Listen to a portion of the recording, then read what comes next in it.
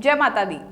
अब नवरात्र आने वाले हैं तो सोचा शुरुआत उसी के साथ क्यों ना की जाए। अब नवरात्रा नजदीक है तो तैयारी तो आपने भी पूरी कर ली होगी, क्योंकि देवी माँ को खुश करना है। देवी माँ, वही देवी माँ जो हमें देती है विद्या, जो हमें देती है लक्ष्मी, हमें ज्ञान और सुख समृद्धि।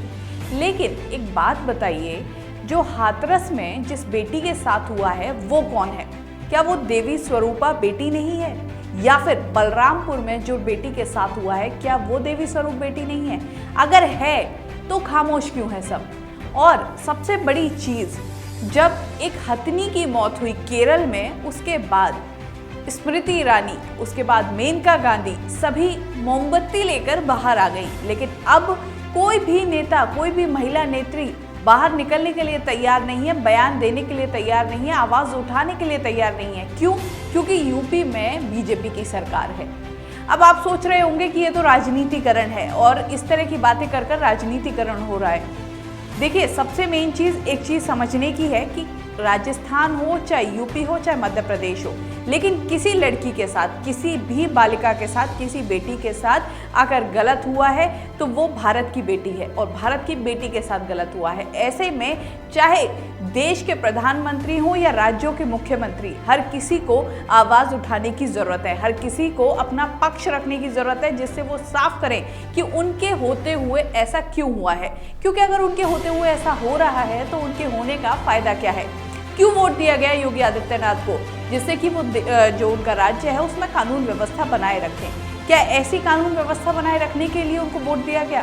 क्या ऐसे जो बेटियों के साथ आज हो रहा है इसके लिए उन्हें वोट दिया गया? कई सवाल खड़े होते हैं। देखिए, इसमें सवाल सबसे पहला यही है कि प्रधानमंत्री नरेंद्र मोदी ने चुप्पी क्यों साध रखी है। दूसरा सवाल ये है कि जब हाथरस में उस बच्ची के साथ रेप हुआ, उसके बाद घर वालों को पुलिस ने बंद कर कर क्यों आधी रात 3 बजे उसका अंतिम संस्कार कर दिया? क्यों उसकी बॉडी उसके परिवार को नहीं सौंपी गई? तीसरा सवाल ये उठता है कि बिल्कुल वैसी ही घटना जब बलरामपुर और उसके अलावा 2 अन्य जगह पे हुई, आजमगढ़ में हुई और उसके अलावा अन्य जगहों पे हुई हैं, उसके बाद उनको तूल इस तरह दिया जा रहा है कि जो रेपिस्ट हैं उनके नाम सामने लाए जा रहे हैं क्योंकि वो एक अन्य समुदाय से हैं। अब कोशिश हो रही है कि इस पूरे मामले को 2 समुदायों में बांट दिया जाए, जिससे कि जैसे कि हमेशा हम लोग करते आ रहे हैं, आप भी करते आ रहे हैं, जैसे चाहे राम मंदिर का मसला हो, बाबरी जो विध्वंस मामला था उसका मसला हो, या फिर कश्मीर का मसला हो, इसे 2 भागों में बांट दिया जाएगा। हम लोग आपस में लड़ेंगे, लड़ते लड़ते ट्विटर पर ट्रेंड करेगा, टीवी पर देखेंगे और उसके बाद मामला खत्म हो जाएगा। सुशांत सिंह राजपूत केस में तो आपने देख ही लिया कि किस किस को न्याय मिल गया है। हर जगह सेम चीज, हर बार एक ही स्ट्रेटेजी, और हम लोग उसी स्ट्रेटेजी में हर बार फंसते जाते हैं। इस बार भी कुछ ऐसा ही हो रहा है। इस बार भी अब जिस तरह से इस पूरे मसले को मोड़ा जा रहा है, आने वाले दिनों में आप देखेंगे कि इसे इसी तरह मोड़ दिया जाएगा और फिर से आपस में लड़वा के इस पूरे मसले को ऐसा का ऐसा छोड़ दिया जाएगा। सवाल ये खड़ा होता है कि अब इसमें अगर हम राजस्थान को जोड़े तो राजस्थान में अचानक से कल जो राजस्थान के अभी हाल ही में बीजेपी ने एक नवनियुक्त प्रवक्ता बनाए हैं, राष्ट्रीय प्रवक्ता बनाए हैं, और राजस्थान के बहुत ही दिग्गज नेता हैं बीजेपी के, उनका एक बयान आया जिसमें उन्होंने कहा कि 12 में एक घटना हुई है, हाथरस की जैसी घटना है और राजस्थान में भी इस तरह की घटना हुई है, क्यों यहाँ पर इस चीज़ को नहीं उठाया जा रहा है। उसके बाद बीजेपी ने लगातार इस पर सवाल खड़े करना शुरू कर दिया। बीजेपी ने लगातार मुख्यमंत्री अशोक गहलोत को घेरना शुरू कर दिया, राजस्थान की कांग्रेस सरकार को घेरना शुरू कर दिया। अब समझने की चीज ये है कि अगर राजस्थान में ऐसा हुआ है तो वो भी बराबर के अपराधी हैं, चाहे वो यूपी हो चाहे राजस्थान हो। लेकिन अगर किसी भी बेटी के साथ गलत हुआ है तो वो वहां दोषी है। लेकिन जब इस मामले की पूरी पड़ताल की गई तो उसमें सामने निकल के आया कि जो वो दोनों लड़कियां थी जिनके ऊपर कहा जा रहा था कि जिनके साथ तथाकथित रेप हुआ है या उनके साथ गलत व्यवहार हुआ है, दरअसल उन्होंने अपने 164 के बयान में खुद मजिस्ट्रेट के सामने स्वीकार किया कि उनके साथ ऐसा कुछ हुआ ही नहीं है, और वो जिन लड़कों के ऊपर आरोप लगाए जा रहे थे वो उनके साथ अपनी मर्जी से गई थी। अब इसमें मामला कुछ और था। अब उस मामले को हाथरस की जो इतनी दर्दनाक घटना है सिर्फ उससे इसलिए जोड़ा जा रहा है क्योंकि उसे बीजेपी और कांग्रेस बनाया जा सके कि बीजेपी के राज में हो रहे हैं तो कांग्रेस के में भी हो रहे हैं। तो ये तो वही चीज़ हो गई कि सब अगर हम गलत कर रहे हैं, पड़ोसी गलत कर रहा है तो हम भी गलत करें। लेकिन इस तरह जो ये राजनीतिकरण की गई है ये बिल्कुल गलत है।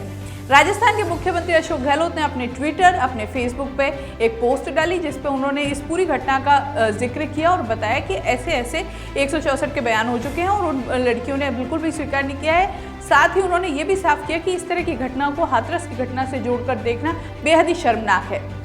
देखिए, ये रही राजनीति की बात, लेकिन अब थोड़ा सा इसको समझने की कोशिश करते हैं। राजस्थान में इसलिए ये सब एक क्रिएट किया गया क्योंकि राजस्थान में कांग्रेस की सरकार है। लेकिन अब यह समझना ये है कि चाहे वो राजस्थान हो चाहे यूपी हो, यूपी में क्यों जो कुछ सवाल हैं उनको उठाने लायक उस मुद्दे को बनाया गया।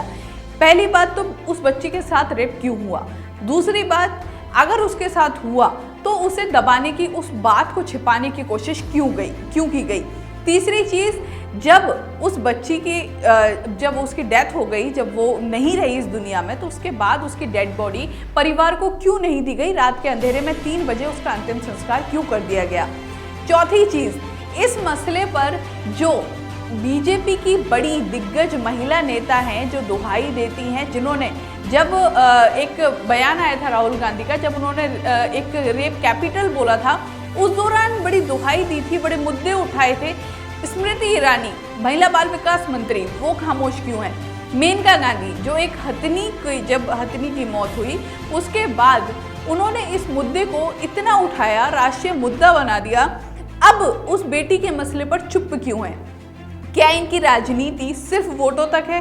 क्या इनकी राजनीति सिर्फ वहाँ है जब इन्हें बोलना, सिर्फ इनका बोलने से इनको वोट बैंक बढ़ेगा, या फिर जब इनके कुछ फ़ायदे की चीज़ है ये तभी बोलते हैं, या फिर अगर किसी बेटी के साथ कुछ गलत हुआ है और वो कांग्रेस सरकार के दौरान हुआ है तो इनका फ़र्ज़ बनता है बोलना, या फिर बीजेपी के दौरान हुआ है तो इनका फ़र्ज़ बनता है चुप रहना। क्या कुछ ऐसा है? अगर ऐसा है तो वास्तव में क्या ऐसे नेताओं पर भरोसा करना सही है जो सिर्फ जनता के दुख से अपनी राजनीतिक रोटियां सेक रहे हैं। कई मुद्दे खड़े होते हैं। राजस्थान का मामला जो उठाया गया है उसमें सबसे बड़ी चीज़ ये है कि अगर ऐसा हुआ ही नहीं है तो उस मसले को तूल कैसे दिया गया, क्यों उन लड़कियों के साथ इस तरह, क्योंकि जब अगर उनके साथ ऐसा कुछ नहीं हुआ तो उस चीज़ को क्यों इतना तूल देकर उन लड़कियों की बेइज्जती की गई, क्यों उन लड़कियों के साथ गलत इस तरह से गलत किया गया। सोशल मीडिया पर ट्रेंड कर रहा है इन दिनों, बीजेपी ने अपने सोशल मीडिया पर इसको ट्रेंडिंग में चला रखा है। ऐसे में सवाल ये खड़ा होता है कि अगर उनके साथ नहीं हुआ तो ये इस तरह क्यों किया गया, और अगर हुआ है तो इसकी तहकीकात क्यों नहीं की जा रही है। कई सवाल हैं। अब समझना ये होगा कि राजस्थान हो चाहे देश हो, जिस तरह की घटनाएं, रेप की घटनाएं बढ़ रही हैं, जिस तरह महिलाओं के साथ अत्याचार बढ़ रहे हैं या हिंसा की घटनाएं बढ़ रही हैं, उसके बाद ज़रूरी है कि अब इसको राजनीतिकरण हटा दिया जाए। जो भी इसका राजनीतिकरण करने की कोशिश करे उससे सवाल पूछे जाएं, उसे खड़ा किया जाए कटघरे में और उससे बोला जाए कि अब आप यहाँ पर सिर्फ और सिर्फ न्याय की बात करें, राजनीति की बात ना करें। जो राजनीति की बात करे उसका टिकट काट दिया जाए, उसे साइडलाइन किया जाए, तब शायद इस तरह की घटनाएं कम हो सकती हैं। बाकी ट्विटर पर ट्रेंडिंग आप चला सकते हैं, सोशल मीडिया पर ट्रेंडिंग आप चला सकते हैं, और इससे ज़्यादा मोमबत्ती लेकर भी कहीं ना कहीं आप जा सकते हैं और मोमबत्ती लगाकर अपनी तरफ से श्रद्धा सुमन अर्पित कर सकते हैं। लेकिन इस तरह की घटनाएं नहीं रुकेंगी, इनको रोकना है तो इसके लिए स्ट्रिक्ट होना ज़रूरी है और सवाल करना ज़रूरी है। और सवाल तभी होंगे जब आप और हम एकजुट होकर इस तरह के मसलों पर अपना आक्रोश जताएंगे। नमस्कार।